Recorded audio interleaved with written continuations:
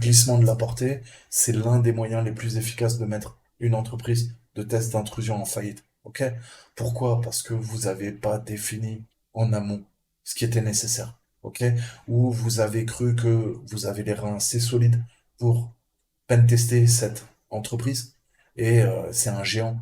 Et il a, vous inquiétez pas, tout le cabinet d'avocats, ok, et le pouvoir économique pour vous briser les reins, ok, et que vous mettiez la porte sous le paillasson, hein, et que vous fassiez faillite, ok. Donc pensez à ça, ok.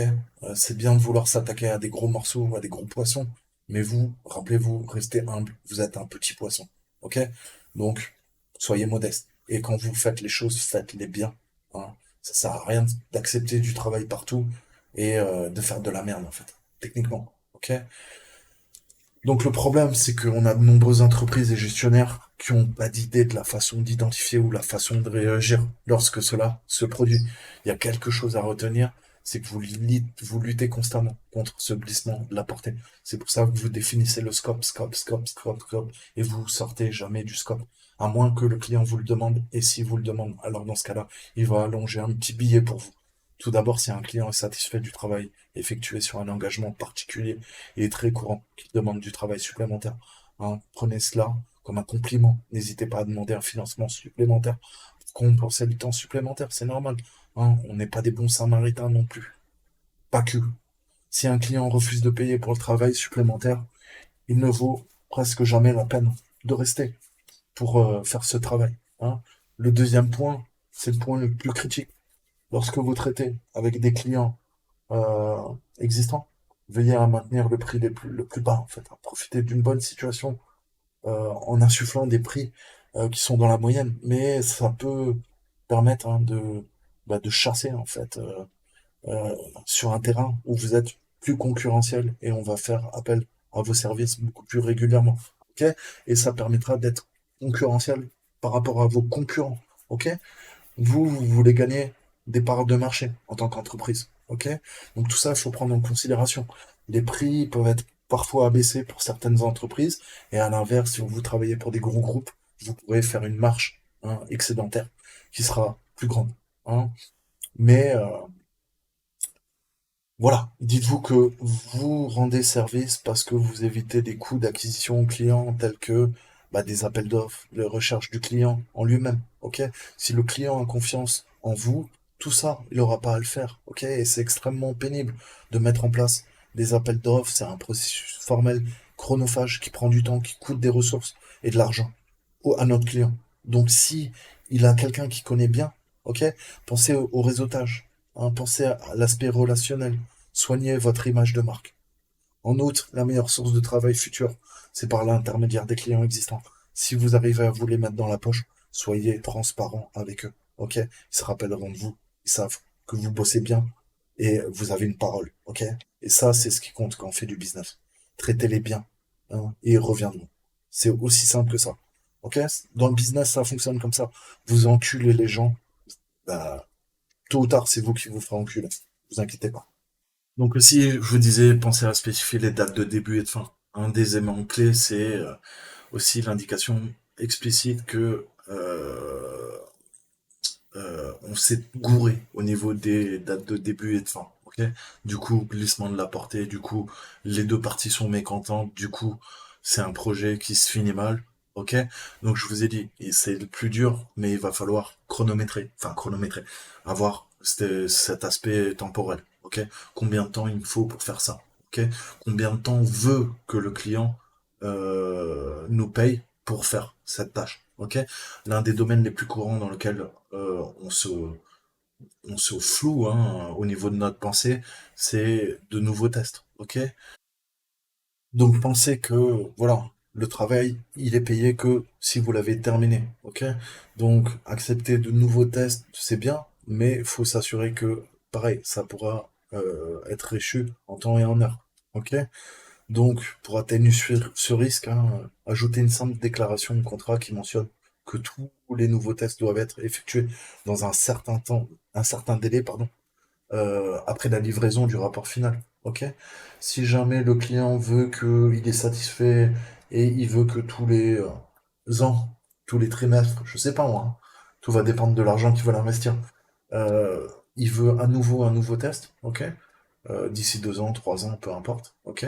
Eh ben, c'est de votre responsabilité de diriger l'effort de retest, ok? Et de bien en discuter avec votre client, hein. Si le client demande une prolongation, vous pouvez l'autoriser, mais toujours à condition que le paiement soit effectué à la date initialement spécifiée.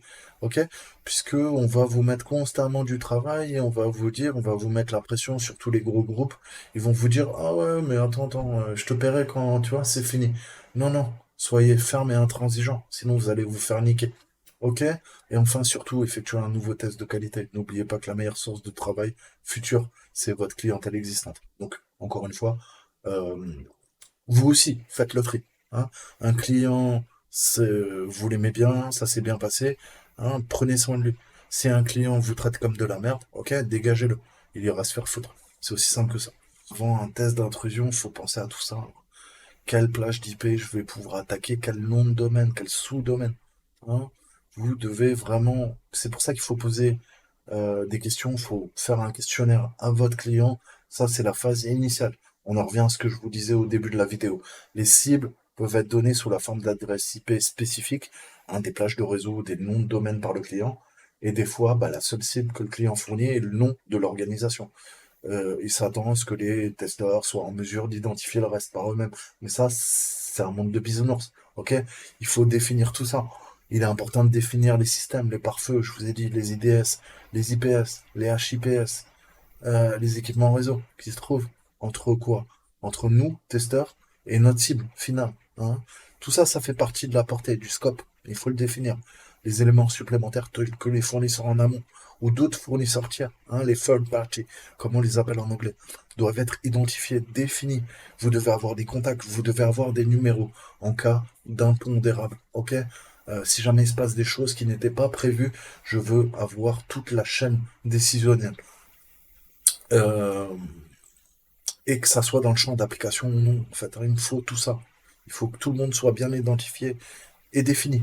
Ok? Quels sont tous les acteurs en place? Ensuite, les plages, hein. Il est impératif, avant de commencer nos attaques, bah, de valider à qui elles appartiennent. Est-ce que son client? Est-ce que c'est une autre entité, hein, quand est-ce qu'on peut attaquer les machines? Quelles sont les conséquences juridiques qu'on pourrait rencontrer si on commence à attaquer une machine et à la pénétrer avec succès, hein, pour découvrir plus tard que la machine, en fait, elle appartient à une autre organisation, tu vois. Euh, un hôpital, un organisme gouvernemental, voilà, là, ça craint, tu vois. Donc, il faut penser à tout ça. Il faut vraiment réfléchir, je vous ai dit, penser au pire pour pouvoir gérer le meilleur, hein. Le principe, je vous ai dit, de l'esprit Red Teamer, c'est de penser au pire. Pensez toujours au pire, ok? Mais même dans votre vie, pensez toujours au pire. Comme ça, le jour où les obstacles arrivent, vous avez déjà réfléchi à comment les solutionner, ok? Donc, pensez toujours au pire. Parce que penser au meilleur, c'est facile. C'est ça à la portée de tout le monde, ok? Pensez au pire de ce qui peut arriver sur Terre. Ça, ça demande des capacités cognitives, intellectuelles, ok? Et un certain état d'esprit, ok? Mais c'est comme ça que vous sortirez des épines du pied, hein, et vous éviterez de vous casser les dents. Ensuite, les third parties, j'en parlais, les tiers, hein, tiers de confiance. Et il y a un certain nombre de situations où un engagement en fait inclura un test, hein, d'un service, d'une application hébergée. C'est devenu de plus en plus répandu, hein, ces dernières années. On a des services de cloud qui sont devenus extrêmement populaires. La chose la plus importante à retenir, c'est que la permission euh, ait pu être accordée par le client, mais pas au nom de ses fournisseurs tiers. Ok? Le client parfois a une méconnaissance, hein, et c'est à vous de vous assurer en amont que il y a également l'accord, hein, c'est l'agreement, ok? Au niveau des fournisseurs, ça vaut aussi pour la NDA, hein. Si jamais vous trouvez une faille sur l'infrastructure d'un des fournisseurs, tiens, ok? Qui fait de la sous-traitance pour le client. Et qu'est-ce qu'on fait? Qu'est-ce qu'on fait? Est-ce que j'ai le droit? Est-ce que légalement je suis protégé juridiquement? Est-ce que je fais également un rapport d'intrusion au fournisseur, lui disant que bah, c'est grâce à son matériel qu'on a réussi à pénétrer l'infrastructure du client? Vous voyez où je veux en venir encore? L'autorisation doit également être obtenue auprès d'eux, donc, afin de tester en fait tous les systèmes hébergés. Le cloud, vous savez qu'il y a une cascade de sous-traitance. C'est rare que, voilà, on gère tout de A à Z, hein. On a différents métiers. Ok, on va avoir des gros data centers. On pourrait citer Equinix, par exemple. Mais on a aussi des hébergeurs. Ok, l'hébergeur, le boulot d'hébergeur, bah voilà, c'est pas le même métier que quelqu'un qui fait de l'infogérance. Ok, et qui fait de l'infogérance, qui est hébergeur aussi. Donc tous ces métiers, cette sous-traitance, hein, parce que c'est parfois des fournisseurs tiers, et il y en a beaucoup. Ok? Si on parle hardware, on parle logiciel, ok? Software, hardware, déjà il y a une cascade de sous-traitance. Ok? Donc tout ça, faut en être conscient, hein. Si vous trouvez une faille dans un cadriciel d'un fournisseur tiers, qu'est-ce qui se passe? Vous avez réussi à pirater la machine du client, mais vous êtes passé par le cadriciel. Il y avait une backdoor dans le cadriciel. Ok? Le fournisseur, lui, c'est la solution qu'il vend à votre client. Et là, vous venez de montrer à votre client que la solution qu'il achète, bah, il y a une porte dérobée, ok? Et on a pu l'exploiter. Vous imaginez les retombées, hein, en termes de confiance, en termes économiques. Tout ça, tout ce que vous faites, ça a une implication. Tout, tout. C'est pour ça que je vous dis, c'est un champ de bataille. Pourquoi? Parce qu'on fait la guerre, la moindre de nos décisions, ça a un impact, ok? Il y a des gens qui meurent. Alors, du côté de l'adversaire, dans notre camp, ou des civils. Mais tout, tout ce que vous faites a un impact, hein. Pensez à ce principe, ce qu'on appelle la théorie du chaos, hein, en mathématiques, ou plus trivialement, c'est l'effet papillon. Ok? C'est-à-dire qu'un mouvement d'aile, hein, d'un papillon à l'autre bout de la planète peut avoir des conséquences, moi, sur mon petit bout de terre où j'habite. Ok? Cause-conséquence. Ok? Tout fonctionne comme ça. Il n'y a que des principes de causalité. Et après, des conséquences. Et on fait tous des choix dans la vie. Le plus dur après, c'est de les assumer. Ok? Donc tout ça, il faut planifier. Ok? L'autorisation doit être obtenue auprès des third parties afin de tester les systèmes hébergés. Ne pas obtenir les autorisations appropriées entraîne, comme toujours, la possibilité de violer la loi. Vous allez vous retrouver en prison. Vous allez payer toute votre vie. Ok? Et vous allez avoir des sacrées migraines. Ok? Des nervous breakdowns, comme dirait l'autre. Donc, qu'est-ce que je peux vous parler ensuite? On a quoi?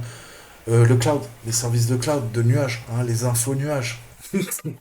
Le plus gros problème, en fait, avec les services de cloud, c'est qu'il existe des données de plusieurs organisations différentes stockées sur un support physique. Ok? Donc, si j'accède à la machine, ça veut dire que j'accède aussi, peut-être, aux données d'un autre client, d'une autre organisation. Souvent, la sécurité entre ces différents domaines de données est très laxiste, en fait, hein. C'est arrivé même, peut-être vous le savez, que on héberge un client, le client, bah, il a des activités un peu bizarres. Ok? Et on a un principe de compartimentation, de segmentation du réseau, de virtualisation, mais on a déjà vu des machines attaquer d'autres machines, ok? Espionner d'autres clients, ok? Des clients qui espionnaient d'autres clients parce qu'ils savaient que leurs concurrents, ils étaient dans tel data center, ok? Il va louer des machines, il va louer une baie de stockage, il va louer un serveur, et il va commencer à militariser sa baie. Et sa baie, elle va commencer, par contingence, elle va commencer à attaquer les autres baies qui sont à côté. Commence à se passer des trucs bizarres. Mais ça, c'est déjà vu. Ok? Donc, il doit y avoir un contact de sécurité direct au sein du fournisseur de services cloud qui peut être contacté en cas de découverte d'une vulnérabilité de sécurité qui va être, bah, qui est susceptible en fait d'avoir un impact sur les autres clients, hein.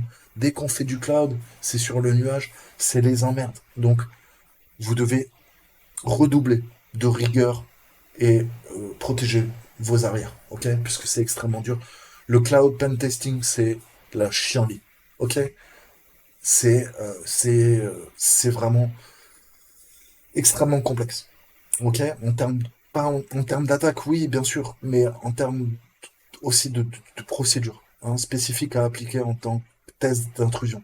Tester du cloud et tester le serveur de Madame Michu, Ça n'a rien à voir. Hein. C'est pas les mêmes prérogatives, c'est pas les mêmes demandes de formulaire, c'est pas les mêmes planifications, c'est pas les mêmes autorisations explicites, hein, de la part des différents acteurs avant que vous commencez les tests. Je fais quoi?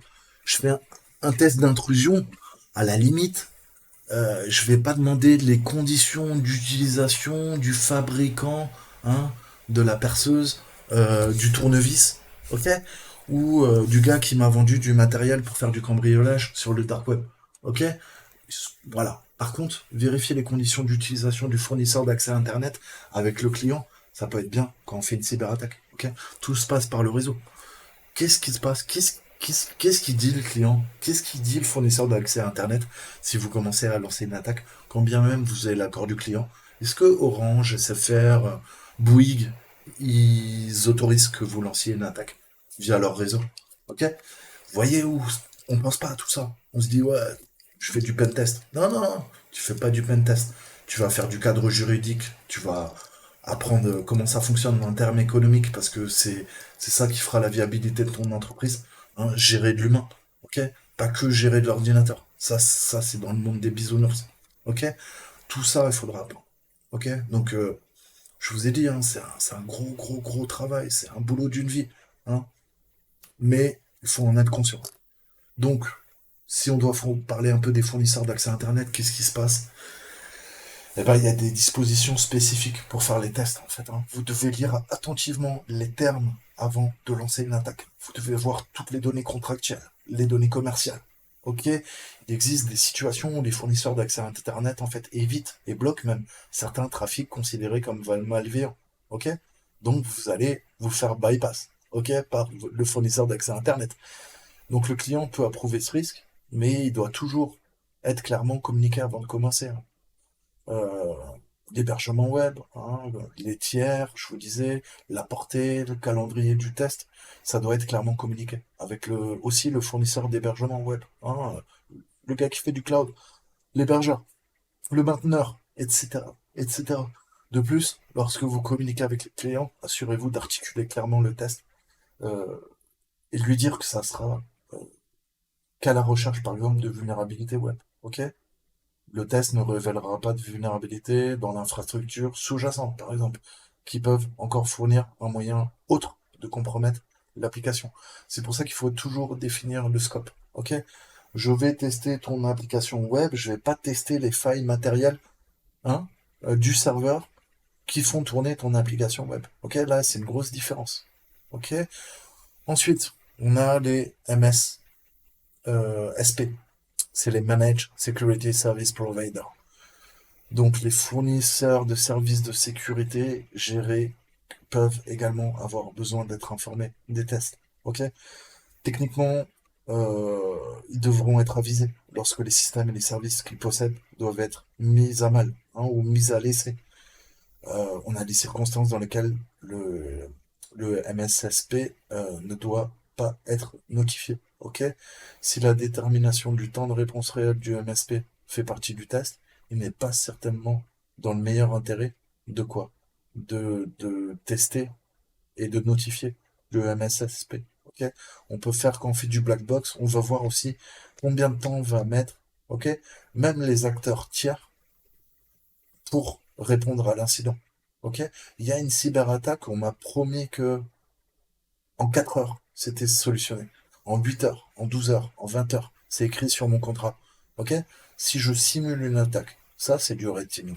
Si je simule une attaque d'ampleur sur mon infrastructure, sur mes serveurs, sur mes baies, ok? Sur mes applications, sur mon réseau, est-ce que ce qu'on m'a promis et pourquoi je paie va être intègre? Est-ce que ça va être efficace? Ok? Est-ce que je mets l'argent dans de bons prestataires de services? Tout ça, c'est les questions que vous pourrez répondre au nom de votre client. Ok? On va voir combien de temps ils vont mettre à réagir. Donc, des fois, il faudra notifier, des fois, il faudra pas. Ok? Puisque on pourra en apprendre un peu plus. Et chaque fois qu'un appareil ou un service appartenant explicitement au fameux fournisseur de services de sécurité géré est testé, eh ben, généralement, devra être informé. Hein, donc, Si vous trouvez des failles, vous pouvez pas dire, bah écoutez, ouais, ouais, ah, votre pare-feu, je l'ai défoncé, hein, c'est vraiment un bon produit, quoi. Non, faudra lui en faire part. Ok? Donc, etc., etc. Et puis, je vous disais, les pays hein, où les serveurs sont hébergés. On oublie l'aspect géopolitique et géostratégique, mais ça a une importance. Ok? L'intérêt du testeur de vérifier le pays où les serveurs sont hébergés. Hein. Après avoir validé le pays, on fait une revue des lois du pays spécifique avant de commencer les tests. On n'arrive pas à poil. Ouais, ouais, yallah, yallah. Ok? C'est pas comme ça que ça se passe. Il faut pas présumer que l'équipe juridique du cabinet fournira un résumé complet des lois locales pour les testeurs. C'est à vous de vous renseigner et bah, de faire appel ouais, à un cabinet d'avocats, un cabinet juridique, ça coûte du blé, ou si vous avez un bon pote qui bosse là-dedans, ok, mais faut pas y aller en dilettant, ok, on peut pas supposer, il faut savoir. On ne peut pas supposer que l'entreprise assumera la responsabilité légale. Ok? Si jamais il y a une loi qui est violée, c'est pour votre pomme, pour vos testeurs, pour votre entreprise. Ok? Le client, il va dire, ah bah non, moi j'étais pas au courant, je lui avais dit. Ok? Et ça va se retomber sur vous, ok? Et on a tous des responsabilités. Hein, on en revient à ça. On fait tous des choix. Il faut assumer ses choix et assumer ses responsabilités en tant que testeur. Et c'est à vous de vérifier les lois pour chaque région avant de commencer de tester. Et c'est le testeur qui devra finalement répondre de toute transgression. C'est vous qui irez en prison, c'est pas le client. Attention, vous êtes le maillon faible. Pareil, il faut définir des, entre guillemets, des prétextes acceptables d'ingénierie sociale. Hein. De nombreuses organisations voudront que leur posture de sécuritaire soit testée d'une manière qui est alignée sur les attaques actuelles. Si je fais des attaques d'ingénierie sociale et des attaques de spear phishing, hein, on sait qu'elles sont énormément utilisées aujourd'hui. Hein, c'est même le principal vecteur d'attaque. Eh ben, et ça utilise des prétextes un peu salaces, hein. Ça va utiliser du sexe, de la drogue et du rock'n'roll. Hein. Je vais te proposer du porno, du Viagra, des iPods gratuits. Ok? Mais est-ce que ça passe? Est-ce que l'entreprise tolère ça? Ok? Et honnêtement, voilà, si j'attaque un pays arabe, je vais peut-être pas primer sur le porno. Hein. Peut-être qu'un calendrier de la Mecque, ça passera beaucoup mieux. Ok? Parce que je m'adapte à la culture. Ok? Voilà, un Américain et quelqu'un d'un pays arabe, ok, il n'a pas les mêmes goûts parfois, ok. En termes de sexe, je sais pas. Mais voilà, hein, si je dois attaquer Lourdes, ok, et ou le Vatican m'a demandé de faire un pen test, ok. Si j'attaque des personnes religieuses, ok, ma pièce jointe militarisée, elle a beaucoup plus de chances d'arriver si je fais quoi? Si j'envoie un calendrier hein, avec le pape dessus, que si j'envoie des filles dénudées à des sœurs ou à des frères dans un couvent. Ça, j'espère que vous le comprenez. Ok? Par contre, voilà, en fonction de la cible, on s'adapte. Je vous ai toujours dit. Donc voilà, vous devez réfléchir à tout ça. Qu'est-ce que je vais pouvoir utiliser même pour mes attaques par ingénierie sociale? Ok? Quels prétextes peuvent être acceptables dans un environnement d'entreprise? On va pas non plus, vas-y, je vais proposer de la coke à tous les salariés. On va voir celui qui veut bien, tu vois? Donc voilà, je vous donne des exemples très triviaux, mais voilà, il faut réfléchir à tout ça. Assurez-vous que tous les prétextes choisis pour le test soient approuvés par écrit avant le début du test. Ok? Ça, c'est vraiment aussi important. Pareil, on fait du DOS, du doxing. Qu'est-ce qui se passe? Test de résistance, test de déni de service, ils doivent être discutés avant le début de la mission. Ok? Il peut s'agir d'un sujet avec lequel de nombreuses organisations ne sont pas à l'aise. Ok? Puisque bah, potentiellement c'est dommageable. Vous pouvez péter l'infra, vous pouvez créer des pertes sèches pour l'entreprise. Si une organisation ne s'inquiète que de la confidentialité ou de l'intégrité de ses données, on peut faire des tests de résistance. Euh, Enfin, ils seront pas nécessaires. Ok. Si toutefois l'organisation s'inquiète sur les disponibilités de ses services, là, il faudra voir. Et les tests de résistance doivent être effectués dans un environnement hors production, hein, identique à l'environnement de production. On va faire un lab, on va faire une copie conforme. Hein, et je vais tester la résistance, c'est-à-dire bah, je vais faire des attaques de déni de service, ok. Et je vais voir si les serveurs tiennent la charge, ok.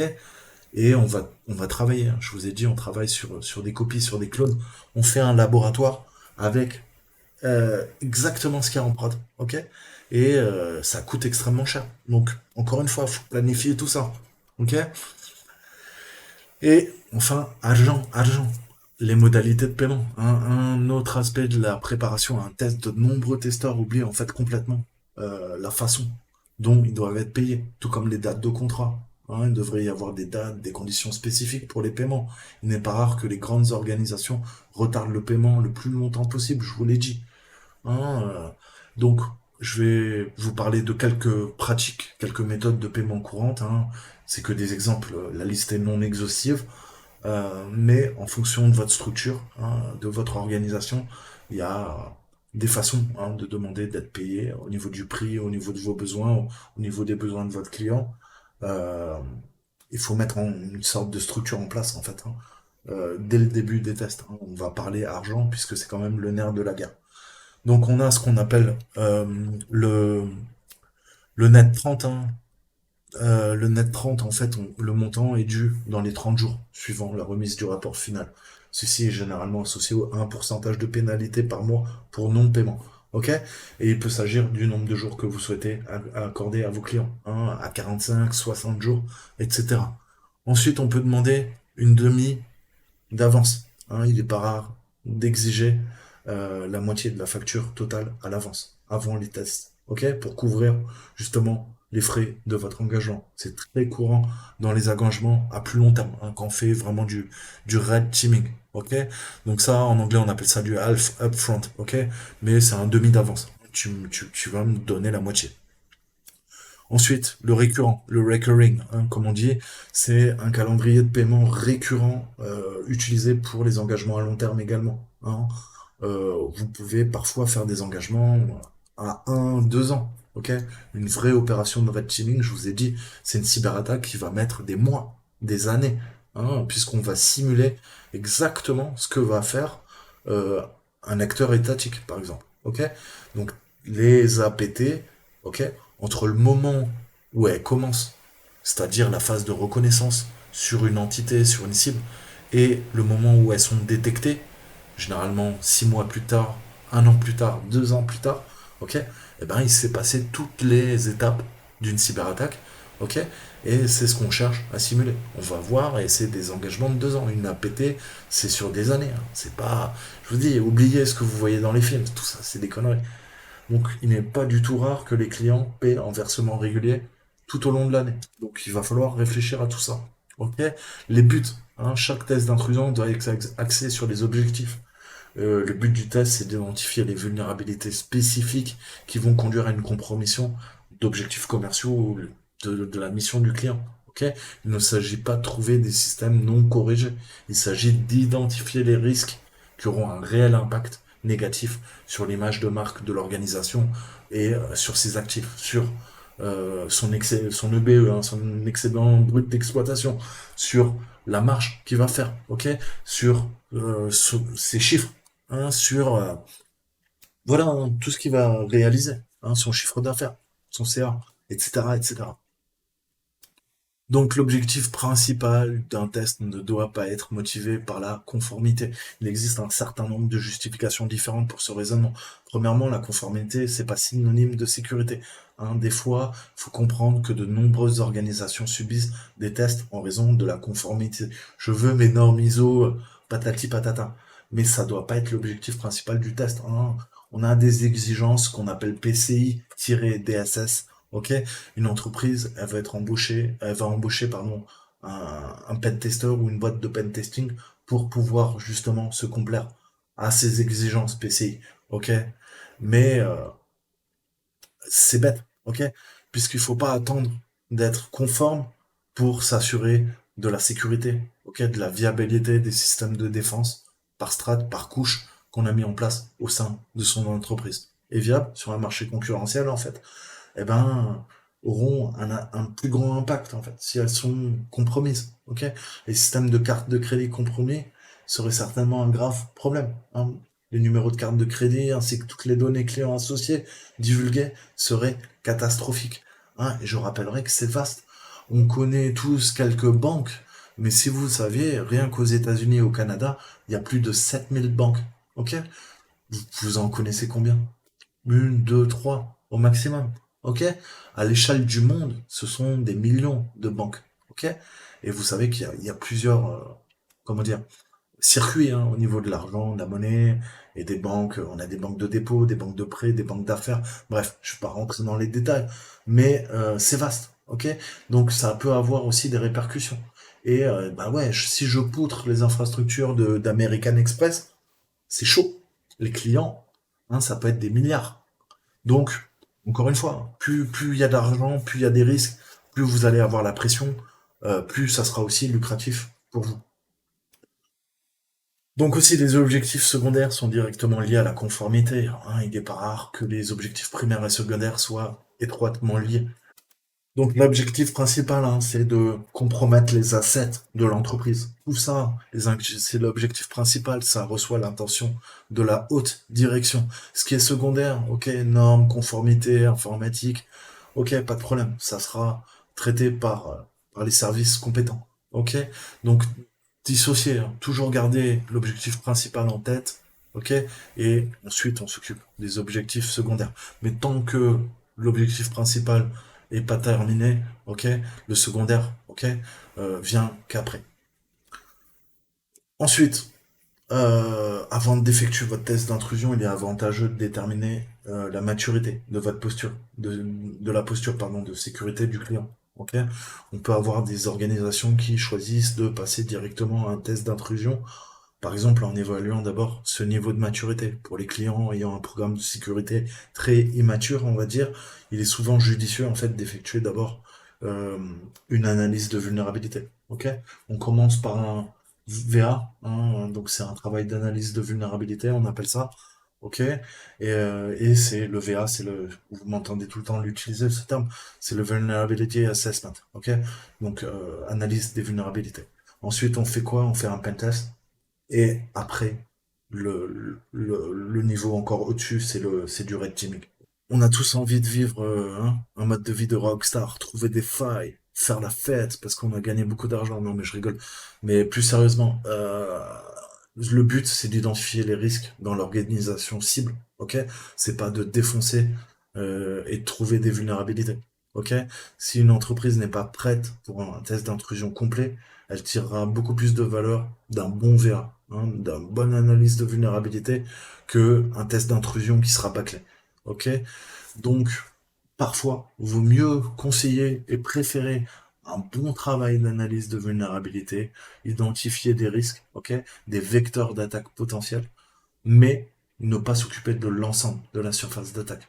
Et l'ensemble de la surface d'attaque, c'est pas que des machines, c'est pas que de l'humain, ok, c'est la conjonction entre du software, du hardware, de l'humain, ok, puisque c'est le maillon faible aussi, hein, on va se servir de l'humain naturellement, mais voilà, hein, si vous faites une VA, vous n'allez pas faire des attaques d'ingénierie sociale. Ok. Si vous faites un pen test cyber, vous ferez pas un pen test physique. Ok. Vous essayerez pas de vous infiltrer par effraction à la nuit tombée en contournant les caméras de surveillance dans l'infrastructure du client. Ok. En crochetant les portes. Ok. Vous le ferez cyber peut-être. Ok. Via l'extérieur, via Internet. Mais c'est différent, c'est pas les mêmes approches, c'est pas les mêmes risques, c'est pas la même complexité de mise en œuvre. Et établissez à l'avance avec le client les informations sur les systèmes qu'il fournira. Il peut également être utile de demander des informations sur les vulnérabilités qui sont déjà documentées. Ça permettra à vous, testeurs, de gagner du temps, hein, d'économiser de l'argent et de pas chevaucher avec des découvertes de tests des problèmes qui sont déjà connus. Hein, autant gagner du temps. La boîte noire, hein, ça, c'est ce qui coûte le plus, c'est le plus compliqué pour vous, pour votre client, ok? Et parfois, il n'y aura pas des retombées nettes, ok? En termes de sécurité pour votre client, ok? Donc la communication, hein, je vous ai dit, c'est le nerf de la guerre. Pendant tout test, vous devez rester en communication, hein. Vous devez choisir la fréquence à laquelle vous interagissez avec votre client et comment vous abordez les sujets, les problèmes, hein. Et ça fera une énorme différence avec son sentiment de satisfaction. Je vous ai dit, vous devez l'épouser, vous devez euh, montrer votre professionnalisme, ok? Vous devez lui être agréable, ok? Et, euh, et faire tout pour qu'il soit satisfait, ok? Voilà, parce qu'il reviendra, hein, c'est comme une femme. Si vous vous en occupez bien au lit, elle reviendra. Si c'est pas le cas, bah, elle se barra, elle ira avec un autre. Ok? Donc, un cadre de communication qui aidera le client à se sentir à l'aise avec les activités de test. Donc, tout ça, c'est important. Coordonner en cas d'urgence. Je vous ai dit, vous devez avoir tous les contacts, hein. De toute évidence, il est essentiel de pouvoir naturellement rentrer en contact avec le client ou l'organisation cible, toujours, mais surtout quand, bah, en cas d'urgence, hein, impondérable. Les urgences peuvent survenir tout le temps. Il peut y avoir des points de défaillance, des choses auxquelles on n'avait pas pensé, et il nous faut tout le temps des points de contact. Ok? Vous devez avoir une liste de contacts d'urgence. Vous devez savoir quelles personnes vous pouvez appeler en journée, les responsables, à quelle heure vous pouvez les joindre. Hein, est-ce que c'est un contact immédiat? Est-ce que je peux l'appeler 7 sur 7, 24 sur 24? C'est quoi un téléphone cellulaire? Hein, un téléphone, un téléphone personnel? Est-ce que j'ai une forme de transfert de données en masse sécurisée? Est-ce que je peux utiliser du SFTP ou un email chiffré, crypté? Ok? Je veux les titres, les responsabilités opérationnelles, je veux les noms complets des personnes, je veux savoir où elles habitent, autorisation de discuter des détails des activités de test. Ok? Est-ce que je peux leur dire que je sais? Est-ce qu'ils sont au courant de ce que je sais? Est-ce qu'ils ont le besoin de savoir? Ok? Comme on dit dans le renseignement. Euh, donc voilà, tout ça, vous devez savoir. Vous devez savoir tout ça. Savoir ses pouvoirs. Je vous dis toujours, hein, l'information. L'information. Donc le numéro d'un groupe tel que le service d'assistance ou les centres des opérations. Ok, le SOC peut remplacer un contact d'urgence, mais uniquement s'il est doté d'un personnel 24/24. Ok, 7 sur 7. Il me faut une supervision. La supervision, elle est où? Elle est en France ou elle est au bled, au Maghreb? Ok, ça fait une différence. Ok, euh, la nature de chaque test, l'intrusion, hein, au niveau de l'influence. Quelle est, euh, quels sont les contacts d'urgence que je peux trouver, ok, et qui peuvent me répondre, et en temps et en heure. Non seulement les coordonnées du client, mais aussi les cibles que je devrais attaquer doivent être mises à ma disposition. Contactez aussi les testeurs en urgence. Vous devez avoir tous les numéros pour qu'on puisse joindre votre équipe. La liste est non exhaustive, hein, mais vous devez penser à tout ça. Vous devez inclure les testeurs d'intrusion du groupe de test, ok? Pour l'engagement que vous allez faire pour votre client. Il y a les responsables du groupe de test, des contacts techniques dans chaque organisation cible, un contact de la haute direction, un décisionnel, ou de l'entreprise chez le client, limite le big boss, de contacts techniques chez le client, pareil. Ok? Vous devez constamment avoir toute cette liste et elle est non exhaustive. Et bien sûr, plus vous attaquez une organisation, une entité qui est grande, plus la liste va s'accroître, hein. Voilà. Donc le responsable du groupe de test, les contacts techniques, je vous disais, tout ça c'est vraiment important. Il faut tout le temps les avoir en cas d'impondérable, de problème. Ok? Et par contre, ça sert à rien d'avoir 50 000 numéros, hein. Il faut toujours définir un interlocuteur unique. Ok? Quand il y a du stress, quand il y a des problèmes, ok, on peut vite soit monter dans les tours, on a peur pour son poste, on a peur pour son travail, un des deux côtés, et il faut un interlocuteur unique qui soit défini. Je vais pas me disperser, appeler 50 contacts, ok? Si je peux appeler une personne qui fera le taf et qui avertira soit son supérieur hiérarchique ou qui est à même, hein, qui est celui de lui-même, qui a l'aspect décisionnel ou technique et qui sera à même de gérer la situation, ok? Moi j'escalade, ok? Mais j'escalade le problème à une personne, pas à 50, ok? Parce que j'ai autre chose à foutre en fait. Et voilà, c'est à lui de porter la responsabilité en son nom. Donc ça, c'est pareil. Hein, couvrez-vous tout le temps, tout le temps, tout le temps. Demandez des mails. Ok? Ce qu'il a dit au téléphone, on s'en fout. Moi, je veux des mails. Je veux que ça soit signé sur contrat. Ok? Protégez-vous, protégez-vous, protégez-vous. Ensuite, le processus de signalement des incidents. Il est important de discuter des capacités actuelles de réponse aux incidents de l'organisation avant une mission, pour plusieurs raisons en fait. Une partie d'un test d'intrusion consiste non seulement à tester la sécurité qu'une organisation a mis en place, mais également ses capacités de réponse aux incidents. Si un engagement complet peut être réalisé sans que les équipes de sécurité interne de la cible ne n'en aient jamais compte, hein, c'est une lacune majeure en fait dans la posture de sécurité qui a été identifiée. Vous devez vous assurer aussi avant les tests que, que l'organisation cible est au courant en fait, hein, des tests quand ils sont effectués et l'équipe d'intervention en cas d'incident, qu'elle ne commence pas à appeler tous les membres de la haute direction en plein milieu de la nuit et qu'elle réveille le grand ponte. Ok? Si jamais il y a une test qui est planifiée, il va falloir avertir les équipes, à moins que la haute direction soit au courant, ok? Et que on laisse faire l'équipe d'intervention, ok, pour voir comment ils réagissent. Mais tout ça, pareil, hein, ça doit être déterminé.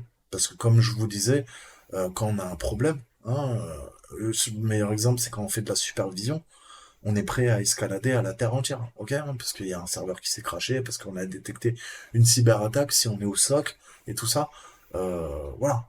On a envie de passer la patate chaude, c'est une réaction humaine. Mais bon, voilà, on n'a pas envie de déranger les gens aussi en plein milieu de la nuit. Donc il faut penser à tout ça. Ouais. Surtout s'ils pensent être attaqués ou compromis et ils savent pas que, en fait, c'est juste un test d'intrusion. Donc, après, petit rappel d'un incident, je vous parle tout le temps du NIST, le National Institute of Standard of Technology. Un incident, c'est quoi? C'est une violation ou une menace imminente de violation des politiques de sécurité informatique, des politiques d'utilisation acceptable et des pratiques de sécurité standard. Ok? On a la 800-61 REV 1. Ok? C'est la gestion des incidents de sécurité informatique. Ok? C'est un papier et à la limite, vous devez l'apprendre par cœur. Un incident peut être également se produire sur le plan physique, hein, dans lequel une personne accède physiquement à un lieu non autorisé via une zone, par quelque moyen que ça soit. Hein. L'organisation cible devra avoir différentes catégories, différents niveaux pour ces types d'incidents.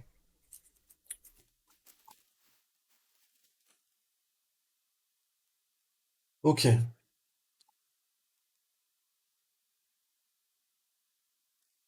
donc la fréquence des rapports d'état aussi, hein, peut varier considérablement. Certains facteurs influent sur le calendrier de reporting, hein. Quand est-ce que je vais faire mes rapports d'étape au niveau de mon engagement? Ça inclut la durée totale du test, la portée du test, la maturité de sécurité, etc., etc. Bref, tout ça, je vous ai dit, communiquer à votre client et un horaire efficace permet au client de se sentir engagé. Ok? Et si vous ignorez un client, vous le traitez mal, ça sera un ancien client. Ok? Il sera plus là pour vous appeler, pour vous dire j'ai du boulot pour toi. Donc vous devez vous défoncer pour lui. Ok? Ni plus ni moins. Défoncer ses infrastructures et défoncer, non mais dans le bon sens, trouver les failles. Et défoncez-vous au travail pour votre client. Ok? Comme ça, il se dira putain, lui il est bon quoi. Ou son équipe est bon. Ok? Vous devez prouver que vous êtes les meilleurs. Ok? Je vous ai dit pas par rapport aux autres, par rapport à vous-même. Ça veut dire que vous êtes grandi. Ok? Au début, vous connaissiez rien. Et maintenant, voilà, vous avez les capacités de faire des trucs de dingue. Ok? Là, vous pourrez être fier de vous. Ok? Mais pas parce que vous êtes meilleur qu'un autre. Ça c'est de la merde. Hein. C'est de l'ego. Faut pas être dominé par son ego. Sinon, on pourra vous manipuler, on pourra vous influencer. Je vous ai dit, cassez votre ego. Ok? Cassez votre image. L'image que vous avez dans la glace, vous vous regardez, vous dites, putain, trop beau gosse, le mec. Non, justement, dites-vous, putain, j'ai été bon aujourd'hui, mais demain, faut que je sois encore meilleur. Ok? Donc il peut être nécessaire hein, de reporter ou retarder un rapport d'étape, mais faut pas que ça devienne chronique, sinon le client il va dire je commence pas à pas kiffer ça. Ok. Le client peut être invité aussi à accepter un nouvel horaire si nécessaire. Et sauter complètement un rapport d'étape n'est pas professionnel. Et vous devrez l'éviter. Hein. Franchement, c'est pas cool. Donc tenir au courant tout le temps, tout le temps, tout le temps, tout le temps, tout le temps, tout le temps. Ok. Ensuite, chiffrement. PGP, GPG, ce que vous voulez, mais il faut chiffrer. Il faut chiffrer tout et n'importe quoi. Même technique qu'on utilise avec les lanceurs d'alerte quand on fait du journalisme, d'investigation. Ok? Vous n'avez pas envie de brûler vos sources. Ok? Et ben là, c'est pareil. Ok? Vous n'avez pas envie de brûler la propriété intellectuelle et que ça se retrouve sur le dark web, sur le darknet. parce que voilà, vous savez pas chiffrer comme un blaireau, quoi, en fait. Ok? Donc, vous chiffrez tout, tout, tout le temps, partout. C'est aussi simple que ça. Il n'y a même pas à réfléchir. La communication avec le client, c'est la partie essentielle de tout engagement de test d'intrusion. Et en raison de la nature sensible de l'engagement, les communications d'informations sensibles doivent être chiffrées. Ok? Vous cryptez tout, vous chiffrez tout. Avant le début du test, un moyen de communication sécurisé doit être établi avec le client. Ce que je vous disais en intro. Hein. Donc, qu'est-ce qu'on peut faire? Eh ben, il faut utiliser des téléphones chiffrés, une boîte aux lettres sécurisée, hébergée sur le réseau du client. OK? PGP, GPG, ça peut être utilisé pour communiquer par mail et chiffrer le rapport final. Hein. Et n'oubliez pas que les lignes d'objets sont transmises en texte brut. OK? Donc, il y a des cons, des fois, qui chiffrent la pièce jointe et voilà, bon, bref, ça me fait rigoler parce que ces gars-là, c'est les informaticiens, ils le savent pas. Bref, donc les lignes d'objets hein, dans un mail, ok, c'est du texte brut. Donc si vous mettez confidentiel, rapport d'intrusion, client petit ou faille détectée, CVE 2020, enfin bon bref, vous avez compris, un exemple à la con. Mais voilà, soyez furtif, soyez discret, ok? Et si vous envoyez, tu sais quoi, ligne de l'objet, à la limite, je préfère vos métiers communication avec 30 Janine. Hein. Ça va faire rigoler votre client, mais vous lui expliquez que c'est pour la sécurité de l'information, la sécurité des opérations.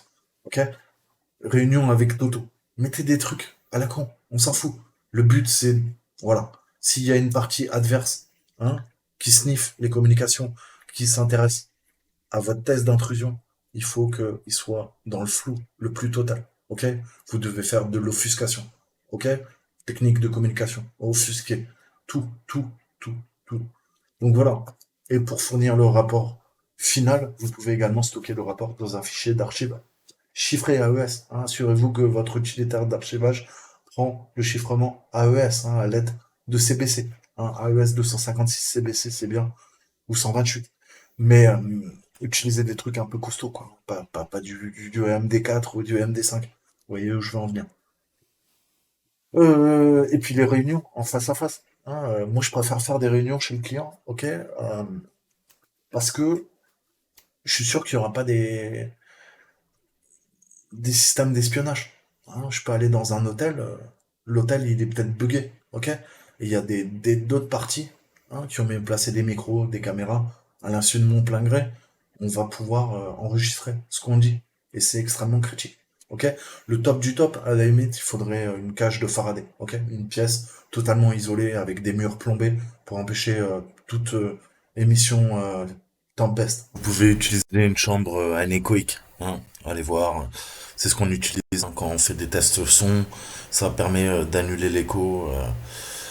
Et ça permet, on s'en sert aussi pour calculer hein, la surface équivalente radar dans l'armée quand on fait des tests sur les radars. Voilà, pour calibrer les radars aussi. Donc les chambres anéchoïques, hein, ça permet d'annuler en fait tout ce qui est réverbération du son et des ondes. Donc ça peut être utilisé, enfin bon bref, il faut du matos haut de gamme, ok, et c'est rare qu'on trouve ça dans les entreprises. Ok, typiquement c'est dans les grosses boîtes ou dans les secteurs qui sont proches de l'armée. Ok, faut pas qu'on puisse faire du SIGINT, hein, du signal intelligent, faut qu'il n'y ait aucune perturbation électromagnétique qui puisse être récupérée via des attaques Tempest réseau, mais parce que les attaques Tempest dans le renseignement en fait, c'est se servir des perturbations électromagnétiques qui sont créées dans le vide ou dans un matériel, ok, qui constitue les circuits, les ordinateurs, etc., les équipements, et il y a un rayonnement au niveau du spectre électromagnétique. On peut capter ces ondes et on peut reconstituer un message. Ok. Typiquement, on a vu qu'avec des clés USB, hein, au niveau de leur fabrication du circuit imprimé, il y a également des perturbations qui sont créées, qui peuvent être récupérées à distance. Ok. Donc ça permet d'exfiltrer des données. Enfin, dans le renseignement, il y a plein de techniques qui sont assez dingues. Hein, j'ai entendu parler parce que je l'ai beaucoup. Vous le savez, je fais de l'OSINT. Mais voilà, ça faut en être conscient. Il y a, on pense pas, on pense à ce qu'on voit. Et je vous ai dit, en termes de sécurité, en termes de renseignement, en termes d'attaque, de cyberattaque, tout est invisible, hein, et ça fait encore plus mal, ok? Donc, pensez l'invisible, ok? Pensez l'invisible, visualisez l'invisible, ok? C'est généralement à ce qu'on ne pense pas, ce qu'on ne voit pas, que là on se fait baiser, ok? Ou on oublie des failles, ok? Parce qu'elles sont invisibles. Et on pense que comme elles sont invisibles, elles sont indolores. Donc voilà, faut penser à tout ça. Donc certaines organisations aussi, hein, elles ont de très bonnes raisons de limiter par écrit les informations de sécurité qui leur sont transmises. Donc c'est à vous de voir, hein, comment on peut, qu'est-ce qu'on peut faire. Est-ce que je peux utiliser par exemple le service de Firefox, ok, qui me permet de quoi? D'uploader jusqu'à 5-10 gigas, hein, si je crée un compte, et ça a du chiffrement AES 256 bits, ok, et je peux demander à l'archive qu'elle s'auto-détruise après un chargement et au bout de 5 minutes. Donc là, j'ai quoi? J'ai 5 minutes pour donner la clé à mon client, ok? Via un moyen chiffré, naturellement. Vous n'allez pas lui dire au téléphone. Et je sais qu'il a 5 minutes pour récupérer l'archive. Une fois qu'il a récupéré l'archive, hein, et il n'y a que lui, eh ben, l'archive s'auto-détruit. Ok? Vous avez des systèmes de Dropbox, hein, mais pas Dropbox comme la société Dropbox, des vrais Dropbox qu'on utilise. Je vous dis qu'on utilise dans le journalisme, les lanceurs d'alerte utilisent pour pas griller leurs sources ou se griller. Ok? On utilise aussi ce qu'on appelle des lettres mortes, hein, pour pouvoir communiquer. Ok?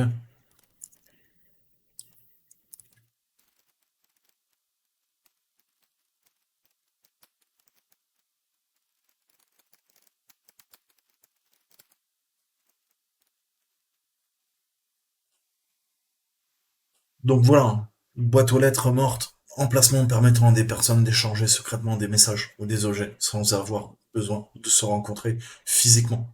Hein, c'est ce qu'on appelle un switch, un coupe-circuit. Hein, je vous ai fait sur mes cours sur le renseignement, je vous ai parlé du dead man switch. Voilà. Techniquement, c'est des techniques qu'on utilise. Les espions, mais nous aussi en cybersécurité, aussi dans techniquement, hein, ça remonte aux illégaux, hein, du KGB, hein, pendant la guerre froide. Franchement, les boîtes aux lettres mortes, voilà. Et vous avez plein de... Allez voir le Bureau des légendes, allez voir The Americans, très bonne série. Hein.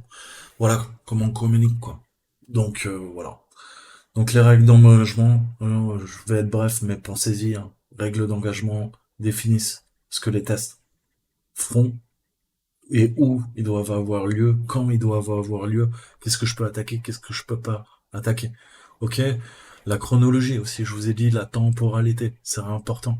Hein, on peut avoir des diagrammes de Gantt, de répartition du travail, utilisés pour définir le travail et le temps de chaque élément spécifique du travail. Un Gantt, ça sera extrêmement utile, ok, pour planifier tout ça. Votre calendrier. Vous devez tenir votre calendrier, la portée, début et fin d'un engagement.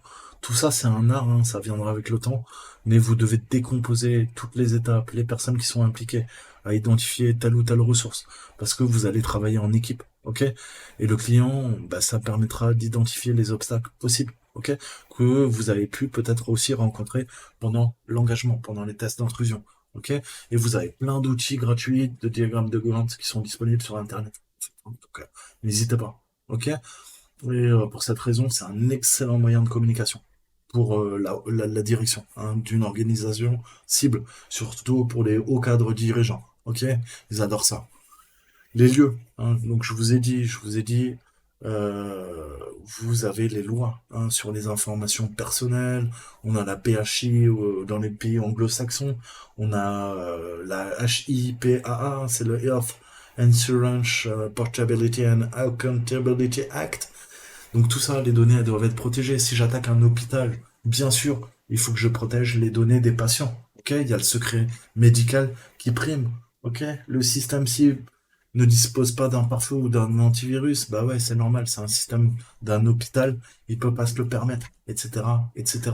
Ok, et anonymiser les informations. Hein. Dès qu'on peut, on le fera. euh, pour pas qu'il y ait des informations personnellement identifiables. On appelle ça des PII. Quelle connexion VPN je vais pouvoir utiliser si je fais des tests à distance? Si j'utilise des VPN qui appartiennent pas au client, bah, il y a des divulgations d'informations sensibles, ok? Qu'est-ce qui me prouve que le VPN que je vais utiliser va pas leaker? Ok, tout ça, vous devez réfléchir. Ok, c'est vraiment important et ça va être la clé de la réussite. Le cadre juridique, je vous en ai déjà parlé. Est-ce que les données sont illégales? Je peux tomber sur de la pornographie juvénile. Ok, qu'est-ce que je fais? Un des salariés a des vidéos de pornographie juvénile. Qu'est-ce que je fais? J'en parle au client, j'en parle pas. Ok, donc vous devez être responsable de l'application de la loi et de tenir informé immédiatement le client. Ok, le traitement des preuves. Lors de la manipulation des preuves d'un test, il est extrêmement important de prendre des précautions extrêmes avec les données. Utilisez toujours le chiffrement. Désinfectez votre machine de test entre les tests. Ne distribuez jamais des clés USB avec des rapports de test lors de conférences de sécurité. Ok, ne réinsérez pas un rapport d'un engagement dans un autre comme modèle. Ok, ça laisse des métadonnées. Il y a des métadonnées partout. Ok, il est très peu professionnel de laisser des références à une autre organisation dans votre document. Là, on va dire, mais le mec, c'est un amateur ou il fait du travail à la chaîne. Il en a rien à foutre de nous. Donc voilà, réunion, état d'avancement, je vous ai dit, plan, progrès, problème, trois concepts. Vous devez tenir à jour tout le temps votre client. Euh, et qu'est-ce qui se passe si il y a des prises de décision hors ligne? Ok? Je m'explique, tout le monde dort, il y a un problème. Voilà. Est-ce que j'arrête tout, on met en stand-by le test, ou je continue et j'avertis mon client dès que j'arrive à nouveau à le joindre. Ok? Lors de la journée pour tester, qu'est-ce que je fais? Je le fais le jour. Je sais qu'il va y avoir beaucoup de trafic réseau, les machines de production sont très sollicitées, ou je le fais plutôt la nuit. À heure tardive, ok? Mais si je fais mes tests d'intrusion à heure tardive, mes attaques par ingénierie sociale seront pas les mêmes, ok? C'est plus dur de s'infiltrer, hein?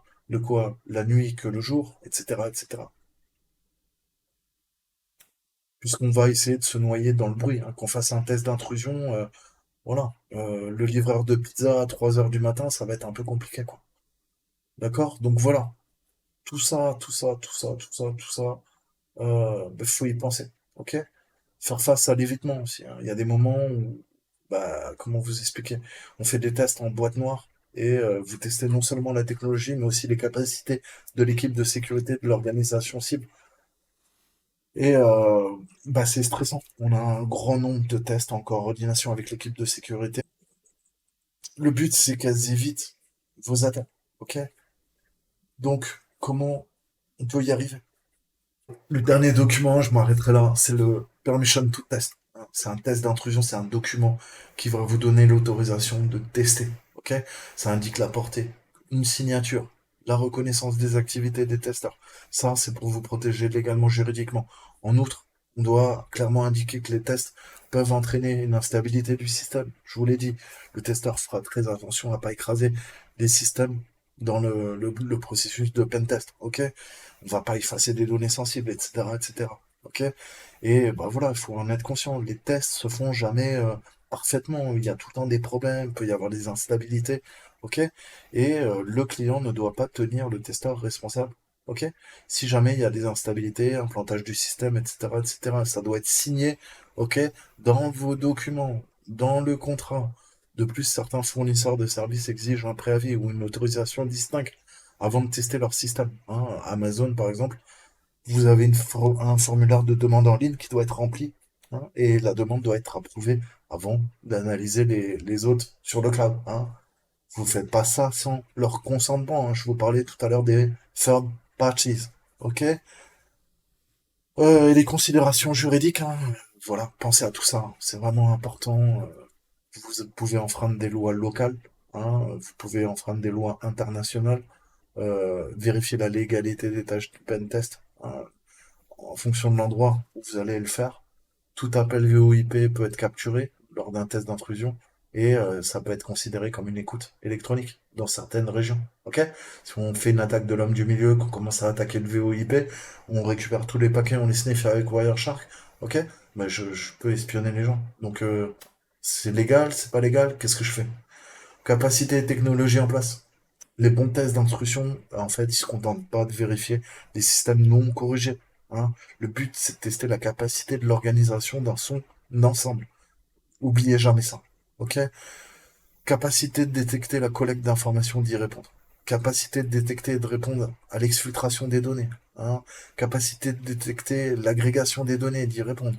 Capacité de détecter et de répondre aux infiltrations, aux attaques, hein, aux intrusions. Capacité de détecter l'analyse, hein, l'analyse de vulnérabilité si on le fait. Et si on a un foothold, hein, est-ce que on est capable de le détecter? Et pareil, de répondre au gain d'accès initial par une partie adverse. Ok? Donc tout ça, vous devez, c'est vraiment, il y a 6 grosses étapes, hein, collecte d'informations, le foothold, analyse et analyse de vuln, la VA, infiltration, inclusion, attaque, agrégation des données et exfiltration des données. Donc lors du suivi de ces différentes étapes, assurez-vous de collecter les informations. Au niveau du temps que ça vous a pris, hein. Je vous ai dit, freeze temporel, ok, ma cyberattaque, elle m'a pris de temps, ok, voilà le temps qu'on a passé, ok. Et si jamais, surtout, on détecte votre travail, ok, vous vous êtes grillé, vous vous êtes fait flaguer, comme on dit, ben vous devez en être averti, hein, et noter le niveau d'analyse que vous étiez en train, enfin, votre attaque en fait, en quoi elle consistait, ok? Et après, on va corréler avec les équipes de blue teaming et on va voir vous, ce que vous faisiez en offensif et comment eux, ils ont réussi à vous détecter, ok? Pour essayer vous de vous améliorer au niveau de vos attaques et eux qui s'améliorent au niveau de leur détection, ok? Voilà, je m'arrête là, c'était un peu long, mais c'est qu'une petite partie. On verra la suite plus tard. Ça, c'était le pré-engagement. Je vous dis à très bientôt.